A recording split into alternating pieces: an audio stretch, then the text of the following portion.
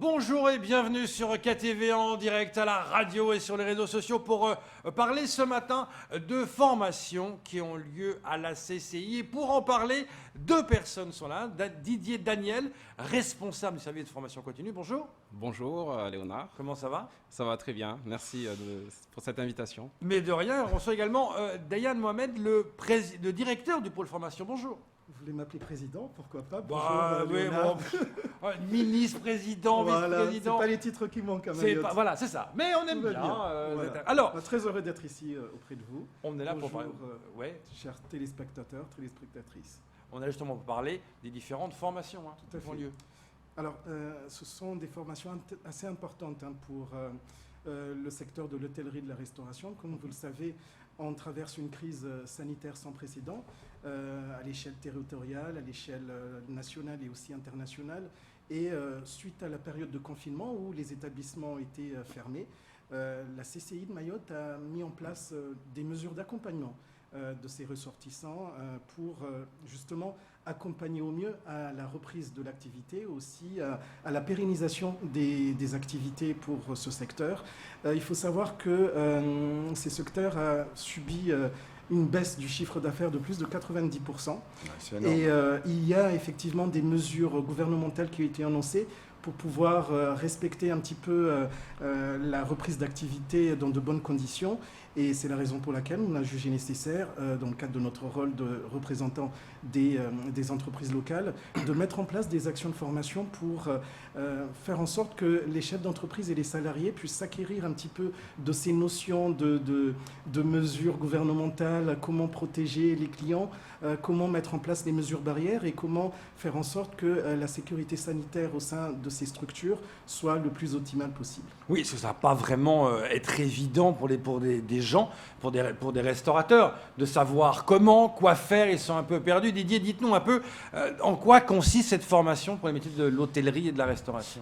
Alors, il s'agit en effet de préparer, d'aider les restaurateurs à mettre en place, enfin leur permettre au mieux de mettre en place les mesures barrières donc imposées par le gouvernement dans le protocole national.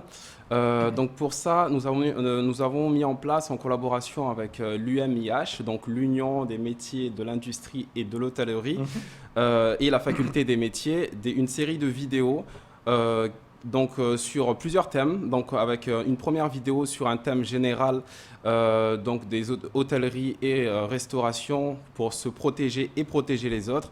Et ensuite, les autres vidéos sont sur les thèmes de métiers. Alors, ces vidéos, en quoi ça consiste? Ça met en images et ça explique aux dirigeants d'entreprise et leurs salariés comment mettre en place les gestes barrières dans leur enseigne, dans leur établissement. Très concrètement, pour pouvoir accéder à ces vidéos et puis pouvoir les visualiser. Donc aujourd'hui, l'onglet se trouve sur le site de la CCI. Nous avons également fait une communication sur les réseaux sociaux. Pour ce qui est du site internet de la CCI, l'onglet se trouve tout à droite. Donc quand vous vous trouvez sur la page d'accueil, il s'agit de l'onglet Covid-19 à l'heure de la reprise, pardon. Donc vous avez donc de suite sur les sous-onglets l'onglet du protocole de prévention sanitaire. Donc une fois que les dirigeants se connectent, ils peuvent accéder à un lien pour s'inscrire sur la plateforme et inscrire leurs collaborateurs. Et ensuite, donc, la procédure est un petit peu, je vais résumer, Donc, les salariés passent la formation, le dirigeant reçoit un email de la CCI pour confirmer que l'ensemble des collaborateurs inscrits ont effectivement passé la formation. Et ensuite, ils reçoivent un courrier de la CCI, donc avec un label, donc un sticker, qui permet de rassurer leurs clients. Donc, voici le sticker, ça permettra de rassurer les clients sur le respect des gestes barrières dans cet établissement. Oui, parce que ces formations, il y a des formations pour les métiers de l'accueil et du service sans salle, formations des métiers de la cuisine et de la plonge, exactement, de la femme de chambre, métier de la réception. On voit qu'il y a vraiment tous les secteurs qui sont abordés parce que chaque secteur a ses spécificités pour mettre en place ces gestes barrières. Tout à fait. chaque métier a ses Chaque métier, spécificités, a ses spécificités. En effet, un cuisinier a d'autres gestes barrières, enfin d'autres précautions à prendre qu'une personne qui sert en salle. Mais par exemple, ou une est-ce qu'un femme de chambre. cuisinier qui est quelque part seul dans sa cuisine, est-ce qu'il doit mettre un masque alors qu'il fait chaud, c'est compliqué? Est-ce qu'il doit respecter ce protocole-là, ou est-ce qu'il y a d'autres... j'imagine qu'il y a d'autres choses faites pour eux plus que pour ceux qui sont en salle? Bien sûr, évidemment, parce que le virus, effectivement, se propage dans l'air, mais aussi à travers le contact, etc. Il faut savoir que si, bien sûr, le cuisinier est seul en cuisine, à ce moment-là, il n'y a pas lieu de mettre un masque. Mais si, bien sûr, c'est une équipe de cuisiniers, là, il va effectivement falloir un masque. Il ne faut pas oublier également, dans la dernière allocution du président, il a parlé donc de la règle des 6. Donc 6 maximum. À table, hein. À table. Ça a table, changé, c'était 10, maintenant c'est passé à 6 à Mayotte. Mais exactement, mais aussi dans un groupe de 6. Donc l'idéal, ça serait de ne pas dépasser un groupe de 6 en fait. Parce que avec un groupe de 6, il y a plus... on aura plus tendance à pouvoir respecter la distanciation qui doit être normalement de 1 mètre. Voilà, donc il y a aussi d'autres règles, effectivement, Mais ces règles-là ne sont-elles pas trop compliquées à mettre en place pour ces restaurateurs? Parce qu'on dit, voilà, il faut ci, il faut ça, il faut ci, il faut ça. Est-ce que certains vous disent, non mais moi, je peux pas? Non, il faut pas voir les choses comme ça. D'accord. Je pense qu'il y a quand même une prise de conscience de la part des professionnels, parce que vous savez, la responsabilité des employeurs est assez engagée. Oui, mais l'enjeu, ouais, bien Voilà, sûr. c'est un enjeu fondamental, hein. L'employeur, il a ce devoir, en tout cas, de protéger non seulement ses salariés, mais aussi les clients qu'il accueille au sein de son établissement. Donc, on a une adhésion parfaite, hein, de la part des professionnels locaux qui comprennent bien la mise en place. Oui, mais de ces certains, mesures. dans ce sens-là, où je disais que certains préfèrent peut-être fermer plutôt que d'ouvrir, parce qu'il va pas, évidemment, on va pas risquer de contaminer, on va pas dire non, moi je m'en fous, je m'en fiche de tout ça, je fais ce que je veux, non, mais peut-être qu'en voyant tout ce que vous proposez, en voyant tous ces gestes barrières qu'on mettre en place, peut-être que certains se diraient, je ne peux pas ouvrir, parce que je suis pas dans les règles. Alors, on n'a pas eu compliqué, hein. ce cas pratique. En tout cas, nous, on a une adhésion complète. Et, Non, mais c'est clair. Mais je vais il faut loin savoir- dans mon idée. Vous mais- allez loin. Alors, il faut savoir que l'idée ici, c'est concilier reprise économique et protection sanitaire. Ce qui est Donc, pas évident, je hein. pense que ça, c'est un consensus que tout le monde a compris. Et l'idée, c'est vraiment accompagner au mieux ces professionnels dans la mise en place de ces pratiques. Ça veut dire que c'est d'aider ces gens-là, de cette branche-là. Tout à fait. Peut-être moi, supposons, j'ai un restaurant, j'y connais rien. Je sais pas. On me dit qu'il faut mettre, se laver les mains, 1 mètre de distance et mettre un masque. Ça, c'est la base que tout le monde a entendu. Exactement. Et après, c'est dire, mais bon, la suite. Donc, c'est là que vous intervenez. Vous dites, voilà, chez Exactement. vous, pour faire ça, il faut faire comme ça. Exactement, tout à fait.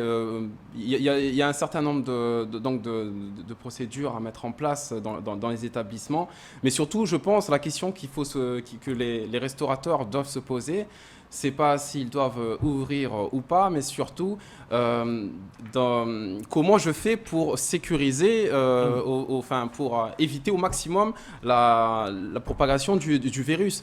Parce qu'on le voit, on fait face à une seconde vague, en tout cas au niveau de l'Europe. Ici aussi, les cas ont commencé à reprendre.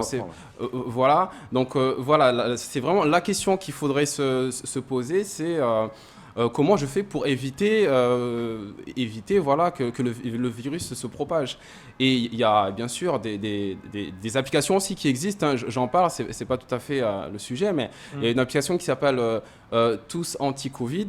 Donc une application qui est sacrément téléchargée d'ailleurs. Exactement, et qui permet également d'être exactement dans cet état d'esprit, d'éviter que le virus se propage. Et tout ça, ce sont des mesures mises en place donc, notamment par le gouvernement, donc, parce que c'est une initiative du ministre de la Solidarité et de la Santé. Donc voilà, c'est des outils qui sont mis à disposition des professionnels et aussi des particuliers, des citoyens. Il faut les utiliser. Voilà, parce que la question essentielle aussi, par rapport à la formation. Oui, voilà. Tout à fait. C'est important de le préciser. Voilà, il faut le préciser. Donc, on a des chefs d'entreprise qui nous appellent parce qu'effectivement, ils ont des salariés qui ne maîtrisent pas très bien la langue française. Et donc, nous, on intervient sur site pour non seulement expliquer un petit peu le contenu des vidéos, mais aussi les aider à participer au quiz, parce que vous savez, à l'issue de la formation et de la vidéo, un quiz est proposé aux salariés ou aux dirigeants pour vérifier l'acquisition des connaissances. Le quiz, donc c'est les questions par rapport à la formation. Exactement. Donc on est là aussi pour accompagner sur site, en Shimaoré, les entreprises qui en expriment le besoin. Ça dure combien de temps la formation? Alors c'est 5 vidéos de 25 minutes.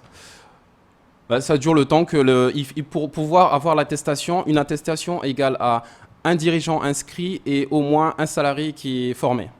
Et la formation, ça, elle dure alors c'est 5 fois 25. D'accord, ok. Voilà. Okay. Ah oui, d'accord. En fonction des thématiques. Alors, oui. Ils la font chez eux, tranquillement, ou sur le lieu de travail. D'accord. Et lorsqu'ils ont besoin d'avoir plus d'explications et qu'on intervienne, ça dure une demi-journée. Et là, vous donnez cette formation jusqu'à quand? Alors pour le moment, on a une date jusqu'à fin novembre. D'accord. Mais voilà, étant donné la reprise de l'épidémie au niveau national, je pense qu'on va prolonger effectivement cette action. Ouais, ça peut changer. Il y aura d'autres actions pour d'autres métiers aussi?